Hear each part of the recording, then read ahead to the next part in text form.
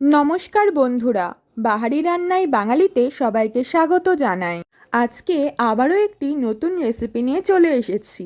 আজকের রেসিপি পেঁপের কোপ্তা কারি। অনেক বাচ্চাই পেঁপের তরকারি খেতে ভালোবাসে না, সেক্ষেত্রে পেঁপেকে ঠিক এইভাবে রান্না করলে বাচ্চা থেকে বড় সকলেরই প্রিয় পদ হয়ে উঠবে এটি। চলুন তাহলে রেসিপিটি দেখে নেওয়া যাক। পেঁপের কোপ্তা কারি বানানোর জন্য আমি এখানে একটা গোটা পেঁপে নিয়েছি। পেঁপেটাকে যেহেতু গ্রেট করে নিতে হবে, তার জন্য খোসা ছাড়িয়ে এরকম মাঝারি মাপের টুকরো করে কেটে নিয়েছি।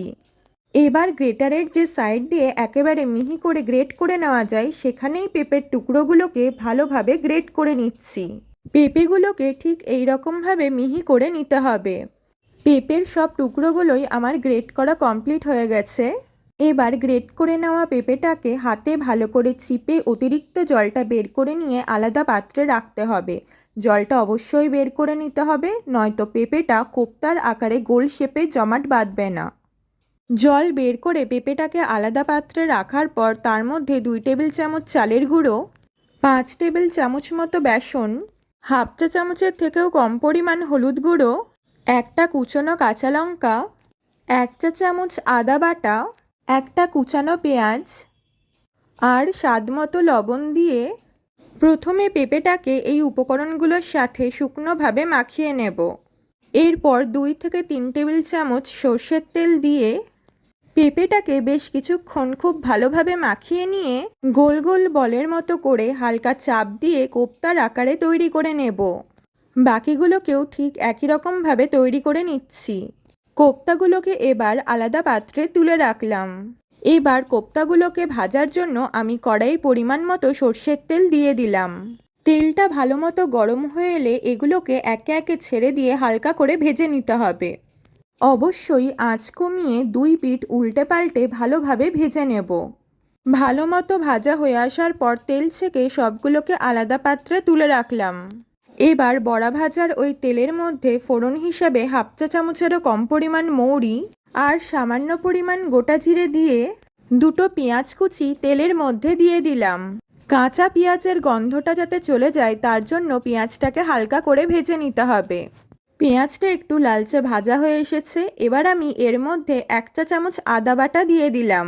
এবার আদা সহ পেঁয়াজটাকে ভালোভাবে নাড়িয়ে একটু ভেজে নিয়ে একটা বেটে রাখা টমেটো দিয়ে দিলাম। ভালোভাবে নাড়িয়ে নিয়ে এবার আমি গুঁড়ো মশলাগুলোও একে একে দিয়ে দেব। প্রথমেই হাফ চা চামচ মতো কাশ্মীরি লঙ্কার গুঁড়ো, তারপর হাফ চা চামচ ধনে গুঁড়ো, খুব সামান্য পরিমাণ লাল লঙ্কার গুঁড়ো, হাফ চা চামচ মতো হলুদ গুঁড়ো আর স্বাদ মতো লবণ দিয়ে দিলাম। এবার মশলাটাকে ক্রমাগত নাড়িয়ে ভালো মতো কষিয়ে নিতে হবে। এরই মাঝে পেঁপে থেকে যে জলটা বেরিয়েছিল সেটা দিয়ে দিলাম। 15-16টা মতো কাজু বাদাম আধ ঘন্টা জলে ভিজিয়ে রেখেছিলাম। সেই কাজু বাদাম আর হাফ কাপ মতো টক দই মিক্সারে একসাথে বেটে নিয়ে ঝোলের মধ্যে দিয়ে দিলাম। আর সেই সাথে মিক্সি ধোয়া অল্প পরিমাণ জল দিয়ে দিলাম। এবার গ্রেভিটাকে ভালো মতো নাড়িয়ে নিয়ে একটু ফুটিয়ে নিতে হবে। এবার খুব সামান্য পরিমাণ লবণ আর খুব অল্প পরিমাণ চিনি দিয়ে দিলাম। লবণ আর চিনি আপনারা সবসময় নিজেদের স্বাদ মতোই ব্যবহার করবেন। লবণ আর চিনিটা যাতে ভালোভাবে সব জায়গায় মেশে, তাই একটু নাড়িয়ে নেব।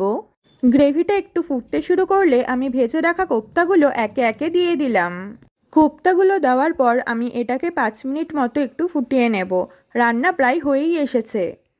একদম শেষে অল্প ধনেপাতা কুচি ছড়িয়ে ঢাকা দিয়ে গ্যাস বন্ধ করে কিছুক্ষণ রাখলেই তৈরি হয়ে যাবে পেঁপের কোপ্তা কারি। গরম ভাতের সাথে এটি খেতে খুবই ভালো লাগবে।